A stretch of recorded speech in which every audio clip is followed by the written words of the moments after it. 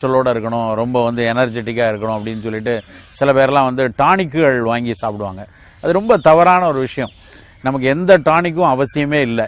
ஒருவேளை ஏதாவது ஒரு குறிப்பிட்ட சத்து குறைந்து அந்த சத்து குறைவினால் ஒரு நோய் ஏற்பட்டிருந்து உங்களுடைய மருத்துவர் வந்து அதற்கான டானிக்கை வாங்கி சாப்பிட சொன்னால் மட்டும்தான் டானிக்குகள் வந்து அவசியம். அதுவும் வந்து இப்போ உதாரணத்துக்கு எடுத்துட்டோம் அப்படின்னா சில பேருக்கு சோகை இருக்கும், இரும்பு சத்து குறைவாக இருக்கும், அனீமியா இருக்குன்னு சொல்லி உங்களுடைய மருத்துவர் வந்து உங்களுக்கு இரும்பு சத்து டானிக் எழுதி கொடுத்துருந்தா நீங்கள் சாப்பிடலாம்.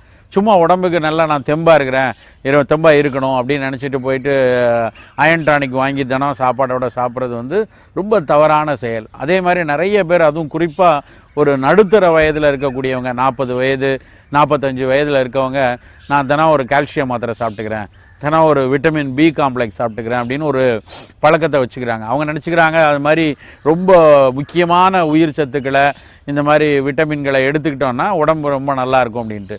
அப்படி அவசியமே இல்லை. அது சொல்லப்போனால் அது தப்பும் கூட. நம்ம உடம்புக்கு எப்பொழுதுமே நமக்கு தேவையான உயிர் சத்துக்களை இயற்கையான முறையிலிருந்து எடுத்துக்கிறதுக்கு தான் உடம்பு வந்து பழக்கப்பட்டிருக்கு. திடீர்னு போயிட்டு இந்த உயிர் சத்து டானிக்களை போய் உடம்புல டம்ப் பண்ணோன்னா பாதி விஷயம் உடம்பால் உட்கிரகிக்கப்படாது.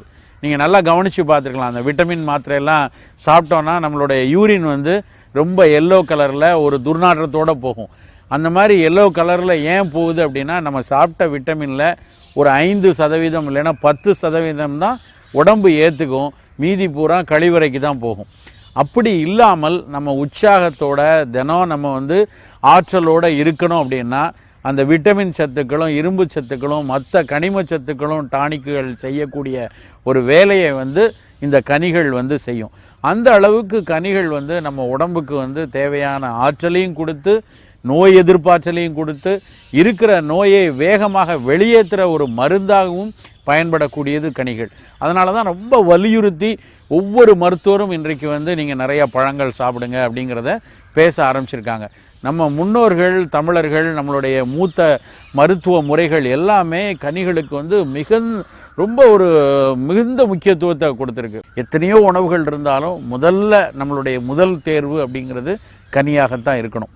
நம்ம வந்து இப்போல்லாம் வந்து பழங்கள் எப்படி யார் சாப்பிட்றாங்க அப்படின்னு பார்த்தா, பெரும்பாலான இடங்களில் வந்து ஏதோ நோய்வாய்ப்பட்டு இருக்கும் பொழுது, இல்லைன்னா ஏதாவது ஒரு விழா காலங்களில், இல்லைன்னா ஏதாவது ஒரு விசேஷ உணவை சாப்பிடும்போது மட்டும்தான் பழங்கள் எடுக்கிற பழக்கம் இருக்குது. இல்லை வீட்டில் யாராவது ரொம்ப வயசானவங்க இருந்தாங்க, இல்லைன்னா வந்து ஒரு நோய்வாய்ப்பட்டு மீண்டு வராங்கன்னா அவங்கள போய் பார்க்க போகும்போது பழங்கள் வாங்கிட்டு போகிற பழக்கம் இருக்குது. ஆனால் உண்மையிலே பழங்கள் அவர்களுக்கு மட்டும் தானான்னு பார்த்தா அது நிச்சயமாக கிடையாது. ஒவ்வொருத்தரும் ஒவ்வொரு நாளும் ஏதாவது ஒரு கனி வகையை வந்து தங்களுடைய தினசரி உணவில் ஒரு பகுதியாக எடுத்துக்கொள்ளணும். அதாவது நம்ம சாதாரணமாக எடுத்தோன்னா 3 வேளை சாப்பிடக்கூடிய பழக்கம் இருக்கிறவங்களுக்கு காலை உணவு, மதிய உணவு, இரவு உணவு சாப்பிட்றோம். மாலையில் சிலர் சிற்றுண்டியாக சாப்பிட்றோம். இந்த 3 வகை வேளை சாப்பிடக்கூடிய உணவுகளில் ஏதாவது ஒரு வேளையில் ஒரு போர்ஷன், பாதி உணவு வந்து பழங்களாக இருக்க வேண்டும். அப்படி இருந்தால்தான் நமக்கு தினசரி, இது வந்து குழந்தை பருவம் முதல் வயோதிகம் வரைக்கும் தொடர்ந்து இந்த மாதிரி ஒரு பழக்கத்தில் இருக்கும் பொழுது பல நோய்கள் நமக்கு வராமல் தடுக்க முடியும். இன்றைக்கி வந்து என்ன சொல்கிறோன்னா, திரும்ப prevention is better than cure அப்படின்னு சொல்கிறாங்க. அதாவது நோய் வராமல் தடுப்பதற்கு தான் அத்தனை முயற்சிகளும் இருக்குது. நவீன விஞ்ஞானம் எந்த அளவுக்கு வந்து தடுப்பூசிகளையும் வேக்சின்ஸையும் சொல்லி நோய்களை ஒவ்வொரு நோயாக தடுக்கிறதுக்கு வந்து முயற்சி செய்துட்டு வருதோ, கனிகள் வந்து அது மாதிரி வயோதிகத்தில் வரக்கூடிய பல்வேறு நோய்களை தடுக்கக்கூடிய ஆற்றல் உடையது. அதனால் நம்ம குழந்தை பருவத்திலிருந்தே, எனக்கோ நம்ம வந்து 45 வயசுக்கு மேலே நமக்கு வந்து உடல் மீது எல்லாருக்கும் ஒரு பெரிய திடீர் அக்கறை, திடீர் கரிசனம்லாம் வரும். அப்படி இருக்கிறதுல பெரிய பிரயோஜனம் கிடையாது. சின்ன வயசு முதல்லே 6 வயது 7 வயது முதல்லே வந்து நம்ம வந்து தினசரி பழங்கள் சாப்பிட்றத வந்து ஒரு பழக்கமாக எடுத்துக்கொள்ள வரணும். பெரும்பாலான கனி ரகங்கள் நல்லா பழுத்து பழமாக ஆனதுக்கப்புறம் அந்த கனியில் வந்து நிறைய கார்போஹைட்ரேட் இருக்கும். இந்த ரெடி டு ஈட் எனர்ஜி, அது வந்து நம்ம சாப்பிட்ட உடனே அந்த கார்போஹைட்ரேட்டில் இருக்கக்கூடிய கூட்டு சர்க்கரை. ஏன் கூட்டு சர்க்கரைன்னு சொல்கிறோம் அப்படின்னா, சாதாரணமாக எனர்ஜி வேணும்னா ஒரு ஸ்பூன் சர்க்கரையை போட்டு போயிடலாமா, எதுக்கு பழம் சாப்பிடணும் அப்படிங்கிற கேள்வி வரும். இந்த நேரடியாக ஒரு ஸ்பூன் சர்க்கரையை போட்டோம்னா அந்த சர்க்கரை வந்து வேகமாக இரத்தத்தில் கலந்துரும். வேகமாக ரத்தத்தில் கலந்து உடனடியாக அது வந்து கலோரியாக மாற்றப்படவில்லை அப்படின்னா அது பெரிய அளவில் பயன் இருக்காது. ஆனால் இந்த கனி ரகங்களில், இந்த பழங்களில் இருக்கக்கூடிய சர்க்கரை வந்து கூட்டு சர்க்கரை அப்படிம்பாங்க. அந்த கூட்டு சர்க்கரை முதல்ல குளுக்கோஸ் மாலிகுலாக உடையணும், அதுக்கே கொஞ்சம் நேரம் எடுக்கும். அதுக்கப்புறம் அந்த பழத்தோட வந்து இருக்கக்கூடிய மற்ற கார்போஹைட்ரேட்டான நார்பொருட்களோட சேர்ந்து இருக்கும்போது அது உடம்புக்குள்ள மெதுவாக ஆற்றலை கொடுக்கும். எந்த பொருள் நம்ம சாப்பிட்ட உடனே மெதுவாக ஆற்றலை தருதோ அந்த பொருள் தான் ரொம்ப ரொம்ப நல்லது. பொதுவான ஒரு விதி. இன்னைக்கு முன்னாடி வந்து என்ன நினச்சாங்க அப்படின்னா, நவீன அறிவியல் என்ன நினச்சிட்டு இருந்ததுன்னா, எது நிறைய கலோரி கொடுக்குதோ அது நல்லது அப்படின்னு நினச்சாங்க.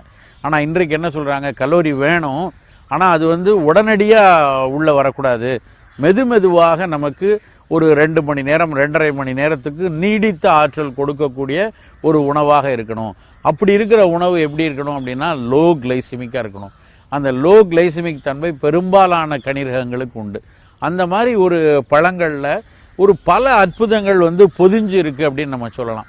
எந்த ஒரு பழம் எடுத்தாலும் நிறைய பேர் நினைப்பாங்க பழங்கள் அப்படின்னா வந்து எங்கேயோ வெளிநாட்டில் இருந்து வரக்கூடிய ஒரு நியூசிலாந்துலேருந்து வரக்கூடிய கிவி பழம் தான் வந்து சிறப்பான பழம் அப்படின்னு நினைப்பாங்க. இல்லைன்னா எங்கேயோ ஒரு தென் அமெரிக்கா நாட்டிலேருந்து இம்போர்ட் ஆகி வரக்கூடிய ஒரு பழம் தான் நல்லது அப்படின்னு. அப்படி கிடையாது. நாம் வசிக்கக்கூடிய இடத்துல நமக்கு பக்கத்திலே விளையக்கூடிய, உதாரணமாக நம்ம சென்னையில் இருக்கோம், திருவள்ளூர் மாவட்டத்தில் நிறைய இடங்களில் பழங்கள் கிடைக்கலாம். இல்லை ஈரோடில் இருக்கும், பக்கத்தில் இருக்கக்கூடிய கோயம்புத்தூர் மாவட்டத்திலையோ நீலகிரி தொடர்லேருந்தோ நிறைய பழ ரகங்கள் வரலாம். அப்படி உள்ள நம்ம வசிக்கக்கூடிய பகுதியில் இருந்து ஒரு 40-50 கிலோமீட்டர் தொலைவில் இருக்கக்கூடிய நல்ல கிராமப்புறங்கள்ல இருந்து தோட்டங்கள்ல இருந்து கிடைக்கக்கூடிய கனிரகங்களே நம்மளுடைய ஆரோக்கியத்துக்கு ரொம்ப ரொம்ப போதுமானது. எல்லா கனிகள்லையுமே ஏதாவது ஒரு சத்துக்கள் இருக்கிறதுனால எந்த கனி சாப்பிட்டாலும் போதுமானது. அதுக்காக ரொம்ப விலை கூடின ஒரு பழத்தை வாங்கி வெளிநாட்டில் இருந்து வருவிச்சு இறக்குமதி செய்து வாங்கி சாப்பிடணும்னு அவசியமே இல்லை. அதனால ஏதாவது ஒரு கனிரகத்தை நம்ம வீட்டுக்கு அருகாமையில், இல்லை நம்ம வீட்டிலேயே தோட்டம் போடக்கூடிய வசதி இருந்து நம்ம கிராமப்புறங்களில் தோட்டங்களோடு இருந்தோம்னா நம்ம கண்டிப்பாக நம்ம வீட்டு பகுதியிலே 2-3 பழ ரகங்களை விளைவிக்கக்கூடிய மரங்களை வச்சு அந்த கனிகளை வந்து தினசரி சாப்பிட்டுட்டு வரணும். அப்புறம் இதில் ரொம்ப முக்கியமான ஒரு விஷயம் என்னென்னா, கனிகள் சாப்பிட்றது அப்படின்னா இன்றைக்கி நம்ம மேற்கத்திய கலாச்சாரம் படி சாப்பிட்டு முடித்ததுக்கப்புறம் டெசர்ட் அப்படின்னு சாப்பிட்றாங்க. அது ரொம்ப ஒரு முட்டாள்தனமான ஒரு விஷயம். டெசர்ட் கிடையாது. கனிகள் அப்படின்னா அது வந்து முதல்ல தான் சாப்பிடணும். இலையில நம்ம சாப்பிட்றோம்னா முதல்ல பழங்கள் சாப்பிட்டுட்டு அதுக்கப்புறம் தான் உணவுகள் எடுத்துக்கொள்ளணும். இப்போ நிறைய பேர் வந்து ஹோட்டலில் அந்த கலாச்சாரத்தை வச்சுட்டு சாப்பிட்டு முடிச்சதுக்கப்புறம் கடைசியாக பழத்துண்டுகளை சாப்பிட்றாங்க. ஈவன் சில விசேஷங்களில் கூட, கல்யாணம் மாதிரி நிகழ்வுகளில் கூட சாப்பிட்டு முடிச்சதுக்கப்புறம் கடைசியாக பழத்துண்டுகளை கட் பண்ணி கொடுத்து அதை வந்து கொடுக்குறாங்க. இது ரொம்ப தவறான விஷயம். கனிகளினுடைய பழங்களினுடைய முழுமையான பயனை நம்ம பெறணும் அப்படின்னா அந்த பழத்துண்டுகளை வந்து முதல்ல எடுத்துக்கொள்ளணும், முதல் உணவாக எடுத்துக்கொள்ளணும். கூடுமான வரைக்கும் ஒவ்வொரு நாளும் ஒரு கனி ரகம் சாப்பிடக்கூடிய பழக்கத்தை வச்சுக்கொள்ளலாம். என்றைக்காவது நம்ம ஒரு கூட்டாக வந்து ஒரு எல்லா பழங்களையும் சேர்த்த சாலட் சாப்பிட்றது என்றைக்காவது ஒரு நாள் வச்சுக்கொள்ளலாம். ஆனால் ஒவ்வொரு நாளும் ஏதாவது ஒரு பழம், உதாரணத்துக்கு வந்து ஒரு நாள் வெறும் 2 வாழைப்பழம் சாப்பிடலாம், இன்னொரு நாள் 2 கொய்யாப்பழத்தை சாப்பிடலாம், இன்னொரு நாள் வெறும் பப்பாளி துண்டுகளை சாப்பிடலாம்.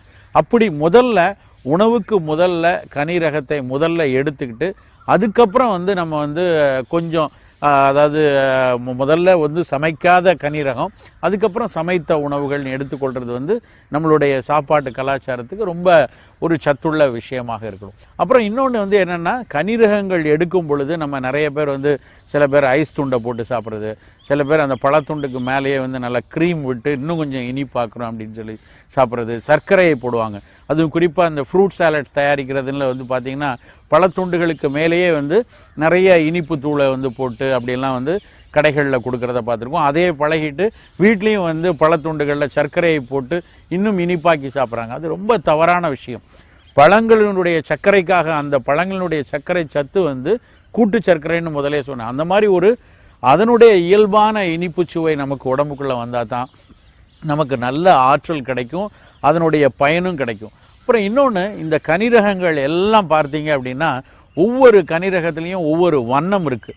இப்போ வந்து வாழைப்பழம் சாப்பிட்றோம், அந்த வாழைப்பழத்திலே எடுத்து பாருங்கள், செவ்வாழையினுடைய நிறம் வேறு மாதிரி இருக்கும், நேந்திரன் வாழையில் வந்து ஒரு ஆஃப் ஒயிட் கலர் இருக்கும், ஏலக்கி பழம் ஒரு கலர் இருக்கும். இப்படி வாழைப்பழத்திலேயே ஒரு சின்ன நிற வேறுபாடு இருக்கும். மற்ற கனிரகங்களையும் பார்த்தீங்கன்னா பப்பாளியினுடைய சிவந்த நிறம், தக்காளி பழத்தினுடைய தோலில் இருக்கக்கூடிய அடர் சிவந்த நிறம், மாதுளை பழத்தில் இருக்கக்கூடிய சிவந்த நிறம், இதுவுமே கொஞ்சம் கொஞ்சம் வேறுபாட்டு கலரோடு இருக்கும். அதே மாதிரி நாவல் பழத்தில் இருக்கக்கூடிய ஒரு நல்ல கருநீல நிறம், திராட்சை பழத்தினுடைய தொழிலில் இருக்கக்கூடிய நீல நிறம், இது மாதிரி ஒவ்வொரு நிறங்களை வந்து கனிகள் வந்து பெற்றிருக்குது இல்லையா. இந்த நிறங்கள் வந்து ஒரு அற்புதமான மருத்துவ குணமுடைய பொருட்கள். ஆங்கிலத்தில் வந்து தாவரவியலாளர்கள் சொல்றது வந்து பாலிஃபினால்ஸ் அப்படின்னு சொல்லுவாங்க. இந்த பாலிஃபினால்ஸ் அப்படிங்கிறது வந்து சொல்லக்கூடிய இந்த சத்துக்கள் இந்த நிறமி சத்துக்கள்ல இருந்து கிடைக்குது. ஆந்தோசைனின்ஸ் அப்படின்னு சொல்லி அந்த வார்த்தையில் சொல்லுவாங்க. அந்த நிறமி சத்துக்கள் வந்து உடலுக்கு பல வகையில் நன்மை தரக்கூடிய ஒரு பொருள். குறிப்பாக சொல்ல போனோன்னா வயோதிக மாற்றத்தை மெதுவாக ஆக்கக்கூடிய ஒரு பொருள் வந்து கனிகள்னு சொல்லலாம். நமக்கு என்ன இருந்தாலும் எப்படி இருந்தாலும் எல்லா மனிதனுக்கும் வந்து ஒரு 100 வயதுன்னு எடுத்துக்கிட்டோம்னா ஒவ்வொரு நாளும் நமக்கு வயோதிக மாற்றம் நிகழ்ந்து கொண்டே தான் இருக்குது. ஆனால் அந்த வயோதி மாற்றம் வேகமாக நடந்தாலோ இல்லைன்னா வந்து ஒரு பகுதியில் உதாரணமாக மூட்டுகளுக்கு பக்கத்தில் இல்லைன்னா தோலில் இப்படி ஒரு பகுதியில் வயோதிக மாற்ற நிகழ்வு வேகமாக நடந்தோம்னா நம்ம நடந்தது அப்படின்னா நமக்கு வந்து ஏதாவது ஒரு நோய் நிலையை கொண்டு போய் விடுது. அந்த மாதிரி வயோதிக மாற்றங்கள் நடக்காமல் இருக்கணும்னா நம்மளோட அன்றாட உடல் இயங்கியலில் உடலுடைய செயல்பாட்டில் செல்களுக்கு இடையில சிக்கிக்கிட்டு இருக்கக்கூடிய ஆக்சிஜன் கழிவுகளை வந்து வெளியேற்றணும். ஆங்கிலத்தில் நவீன அறிவியலில் வந்து ஃப்ரீ ரேடிக்கல்ஸ் அப்படிம்பாங்க. இந்த செல்களுக்கு இடையில இருக்கக்கூடிய இந்த ஃப்ரீ ரேடிக்கல்ஸ் வந்து இந்த செல்களை சிதைக்க துவங்கும். எந்த இடத்துல தங்கியிருக்கோ அது வந்து ஒரு இதய தசையில் இருக்கலாம், இல்லைன்னா இரத்த நாளங்களில் இருக்கலாம், எலும்புகளில் இருக்கலாம், தோலில் இருக்கலாம். அதனுடைய செல்களுக்கு இடையில சிக்கிட்டு இருக்கிற அந்த ஃப்ரீ ரேடிக்கல்ஸை வெளியேற்றக்கூடிய அருமையான ஒரு வேலை. அதாவது உடம்புல வந்து கழிவுகளை அகற்றக்கூடிய ஒரு வீட்டில் வந்து நச்சு பொருளோ கழிவு பொருளோ இருந்ததுன்னா அந்த வீடு கொஞ்ச நாளில் எப்படி ஒரு கேடடையுதோ அதே மாதிரி உடம்புக்குள்ள அந்த கழிவு பொருள் நச்சு பொருள் இருந்ததுன்னா அது கேடடையத்தான் செய்யும். அந்த கேடுகளை நீக்கக்கூடிய ஒரு முக்கியமான வேலையை வந்து இந்த பழங்கள் செய்கிறது. இதைத்தான் வந்து ஃப்ரீ ரேடிக்கல் ஸ்கேவெஞ்சிங் அப்படின்னு சொல்லுவாங்க. அந்த ஃப்ரீ ரேடிக்கல் ஸ்கேவெஞ்சிங் செய்யக்கூடிய இன்னும் உங்களுக்கெல்லாம் தெரிஞ்ச ஒரு வார்த்தையில் சொல்லணும்னா ஆன்டி ஆக்சிடென்ட் அடிப்பாங்க. அதாவது ஆக்சிஜன் கூறுகள் தான் அந்த செல்லுகளுக்கு இடையில போய் சிக்கிட்டு இருக்கு. அந்த ஆக்சிஜன் கூறுகளை வெளியேற்றி செல்களை எப்பொழுதும் வந்து ஒரு பொலிவோட வைத்திருக்கக்கூடிய தன்மையை வந்து நான் சொன்னேன் இல்லையா, அந்த நிறமி சத்துக்கள் ஒவ்வொரு பழங்களில் இருக்கக்கூடிய நிறமி சத்துக்கள் வந்து நமக்கு கொடுக்குது.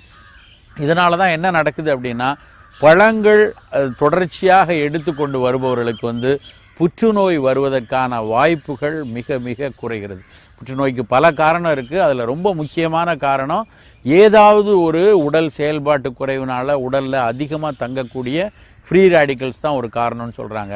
அதனால் புற்றுநோய்களை வந்து வராமல் தடுப்பதற்கு கூட இந்த பழங்கள் வந்து பயனுள்ளதாக இருக்குது. அதனால் இன்றைக்கு உங்களுக்குள்ள ஒரு முக்கியமான செய்தி அப்படின்னா என்னென்னா, இன்று முதல் தினசரி காலையில் ஏதாவது ஒரு பழத்தை நம்ம பக்கத்தில் கிடைக்கக்கூடிய எளிய ஒரு வாழைப்பழமாக இருந்தாலும் சரி, எங்கிருந்து வரக்கூடிய எந்த பழமாக இருந்தாலும் தினசரி ஒரு பழத்துண்டுகளோடு நம்மளுடைய உணவை தொடங்கினோம் அப்படின்னா பல்வேறு நோய்கள் நம்மளை வராமல் நம்மை நாம் பாதுகாத்து கொள்ளலாம்.